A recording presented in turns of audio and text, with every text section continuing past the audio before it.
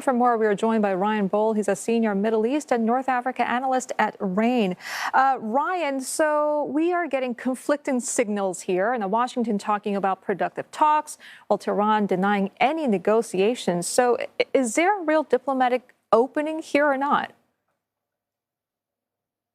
I don't think that there's much of a diplomatic opening here at the moment. What President Trump is trying to do is two things. First, he's doing something of a vibes diplomacy. By saying positive enough things, he's hoping to create some momentum on the Iranian side to signal to them that he's serious about a de-escalation path as realism is starting to seep in the White House and they recognize how intractable this conflict can really be. But at the same time, he's still signaling a willingness to escalate militarily.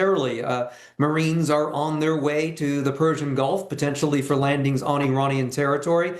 Other troops are being rumored to be deployed to the Middle East. It is still not enough to invade the whole of Iran, but it is enough with these paratroopers and Marines to seize some of the islands in the Gulf. And so he's trying to do the two things where he's trying to play the good guy diplomat, saying that he wants a deal, while at the same time preparing for military force, because at the end of the day, that's the primary means of credibility that he's got. So, Ryan, I'm wondering, how Iran is going to be, taking this extension. Is Iran, for example, going to accept it as a potential off-ramp, or is it going to be, or will it take it as a sign of U.S. weakness and perhaps harden its position as far as enrichment and stockpiles are concerned? Well, we can see it as an off-ramp for what might have emerged as the war of the power plants, where if the Americans had made good on their strikes on civilian power plants in Iran, Iran would have escalated in retaliation to striking power plants and desalinization plants across the Gulf Arab countries, and that would have sparked a humanitarian crisis for both sides of the Gulf. So we can see that there's an off-ramp there, that Trump doesn't seem to want that to happen. The Iranians don't want that as their first option either. So in that sense, there is something of a ceiling of escalation that we're now seeing take place, because President Trump realizes that a humanitarian crisis in the Gulf Arab countries could deepen the energy crisis by driving away the labor and potentially causing the energy crisis to last much longer than he's willing to go right now. Now, in terms of Iran's overall resolve, I think they are still dedicated to inflicting as much economic pain on the United States as possible, because the only way they deter the next war is if the U.S. and particularly President Trump believes it's simply too expensive to start one. You said the diplomatic opening isn't there yet, Ryan, but President Trump has effectively created that 5-day window. Now, if something is to come out of that time frame, what are the minimum steps both sides would have to take immediately to stop further escalation? Well, I think President Trump would have to come over and offer some concessions to the Iranians on the security front.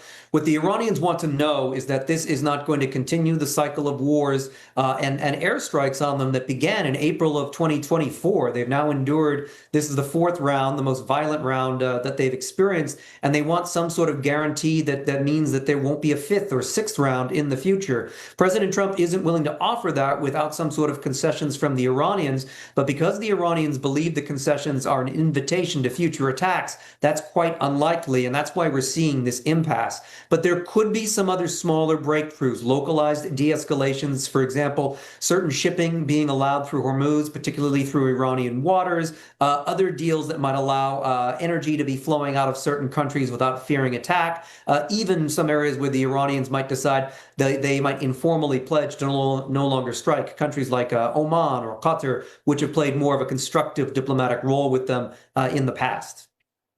So, Ryan, I'm wondering, where Israel stands in all this. We know the Prime Minister, Benjamin Netanyahu, made some comments about realizing the objectives of the war in an agreement. That's a direct quote. Do you think Israel is going to be bound by any deal made between the U.S. and Iran? Because we know, it appears anyway, that Israel, is determined to weaken and destabilize Iran.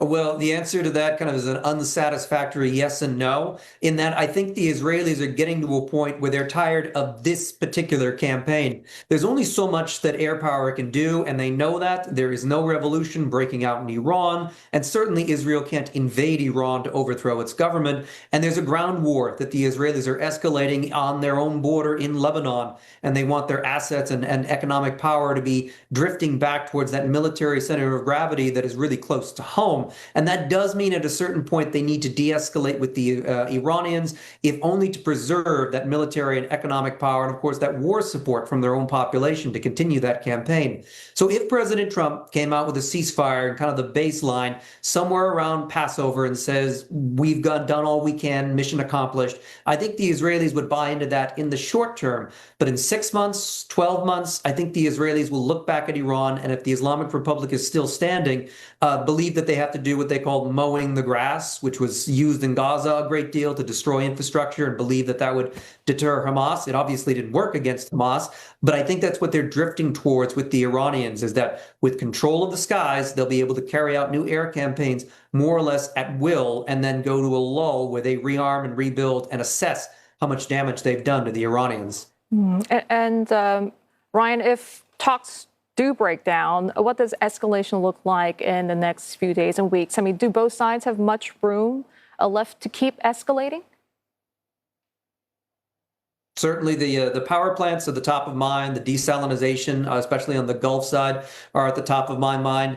We have seen also some limited supply destruction, and there's a difference between disruption and destruction. Most of what the Iranians have done is disrupt energy flows out of Hormuz. They've really kept themselves from destroying too much of gas and oil supplies, the exception being Qatar, where there was serious supply destruction there. If the Iranians decide to escalate to destroying major refineries, pipelines, sinking more tankers, that results in a supply destruction of Gulf energy facilities that will take years to come back from, and will cause the current oil prices, which have been relatively restrained, to skyrocket in short order, because traders will realize that even if the war ends soon, the rehabilitation and reconstruction of the Gulf's energy sector could take years. Ryan, as always, very good talking to you. Thank you very much. Ryan Bowles is Senior Middle East and North Africa Analyst at RAIN.